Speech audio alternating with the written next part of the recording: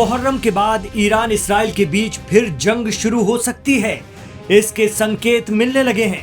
America बार बार धमकी दे रहा है कि अगर ईरान ने अपना न्यूक्लियर प्रोग्राम जारी रखा तो उस पर फिर हमला होगा।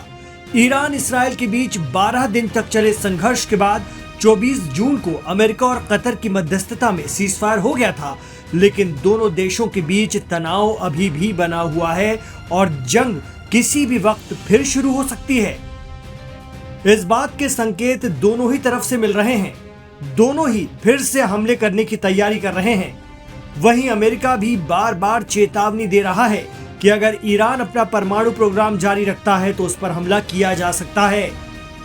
इधर इस्लामिक रिपब्लिक ईरान के विदेश मंत्री अब्बास अराक्ची ने अमेरिका को सीधे तौर पर धमकी दी है कि उन्हें वार्ता बहाल करने में वक्त लग सकता है, लेकिन ईरान को अपना परमाणु कार्यक्रम शुरू करने में जरा भी वक्त नहीं लगेगा। एक न्यूज चैनल से बात करते हुए अराक्ची ने कहा कि लग नहीं रहा कि ईरान अमेरिका न्यूक्लियर बातचीत इतनी जल्दी शुरू हो पाएगी, लेकिन ईरान जल्दी ही यूरेनियम एनरिचमेंट का काम फिर शुरू कर देगा। उन्होंने साफ कहा कि बातचीत तभी होगी जब अमेरिका ये कहेगा कि वो उस पर फिर हमला नहीं करेगा। इधर अमेरिका दोहरा रहा है कि वो इसराइल की सुरक्षा के लिए प्रतिबद्ध है और इसराइल को एक मजबूत और अपने डिफेंस के लायक बनाने में सहायता करना अमेरिकी राष्ट्रीय हितों के लिए महत्वपूर्ण है। World-class faculty, cutting-edge labs and immersive learning. A vibrant campus life beyond the classroom. SGT University, nurturing future leaders. ईरानी सेना के प्रवक्ता अबुल फजल शेखरची ने चेतावनी दी है कि ज़ायोनी शासन की ओर से फिर से आक्रमण किए जाने की स्थिति में ईरानी आर्म फोर्सेस पहले से कहीं ज्यादा तैयार हैं। उन्होंने इस बात पर जोर दिया कि ईरान ज़ायोनी शासन पर भरोसा नहीं कर सकता है। उन्होंने कहा कि ज़ायोनी शासन कभी भी भरोसेमंद नहीं है, न तो दुनिया में कहीं के लिए और न ही ईरान के लिए। ईरानी तर्जुमान ने ईरानी सशस्त्र बलों के जंग के लिए तैयार होने के संकेत दे दिए हैं। जोर दे रहे हैं कि हमारी सेना पहले से कहीं ज्यादा तैयार है और हम हमला करने वालों को कुचल कर रख देंगे। गौरतलब है कि मुहर्रम का महीना चल रहा है। शिया बहुल ईरान के लिए ये एक बहुत बड़ी अहमियत की बात है। ईरान के ताने बाने में मुहर्रम का तसव्वुर है। मुहर्रम का महीना और करबला का वाकया, यूं तो पूरी दुनिया में मुसलमान इसे याद करते हैं, लेकिन करबला के वाकये से एक अहम चीज जो याद की जाती है वो ये कि इमाम हुसैन ने उस वक्त कि जब उनके सारे साथी शहीद हो चुके थे, एक सदा दी और मददगार को तलब किया। पिछले 1400 सालों से मुसलमान, खास तौर से शिया समाज, इस सदा, इस पुकार को अपनी तरफ समझते हैं। एक्सपर्ट कहते हैं कि यही कारण है कि जब भी शिया हजरात को सिद्धांतों पर डटे रहने का मौका मिलता है तो वो उस पुकार का जवाब देते हैं। कहा जाता है लब्बैक या हुसैन। तो ईरान में इस वक्त लब्बैक या हुसैन की सदाएं गूंज रही हैं। अगर अमेरिका या इसराइल किसी भी तरह की आक्रामकता दिखाते हैं तो ईरान फिर युद्ध में कूद सकता है। कहा जा रहा है कि ईरान में इस वक्त अवाम और हुकूमत दोनों का जोश हाई है। ऐसे में प्रेसिडेंट ट्रंप की कोई भी जिद या बयान मिडिल ईस्ट में हालात फिर से बिगाड़ सकते हैं।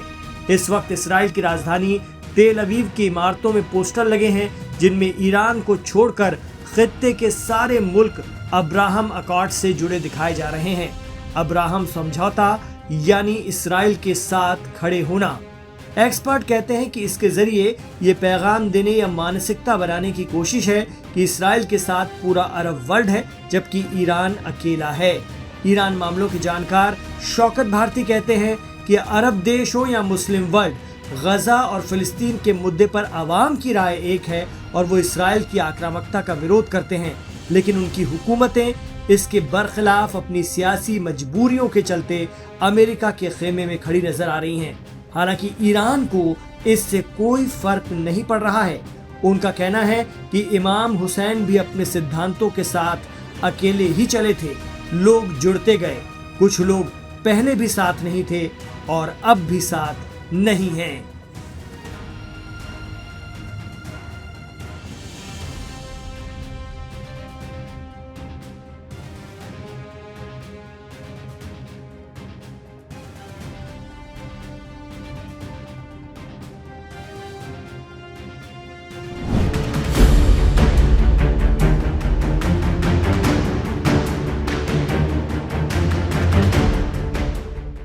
ईरान और इसराइल के बीच हाल ही में छिड़े युद्ध ने एक और जंग की शुरुआत कर दी है।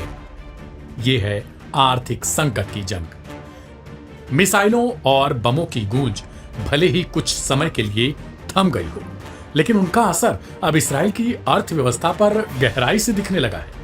इस संकट की सबसे बड़ी शुरुआत हुई बजान ऑयल रिफाइनरी से, जो इसराइल की प्रमुख तेल आपूर्ति करता है।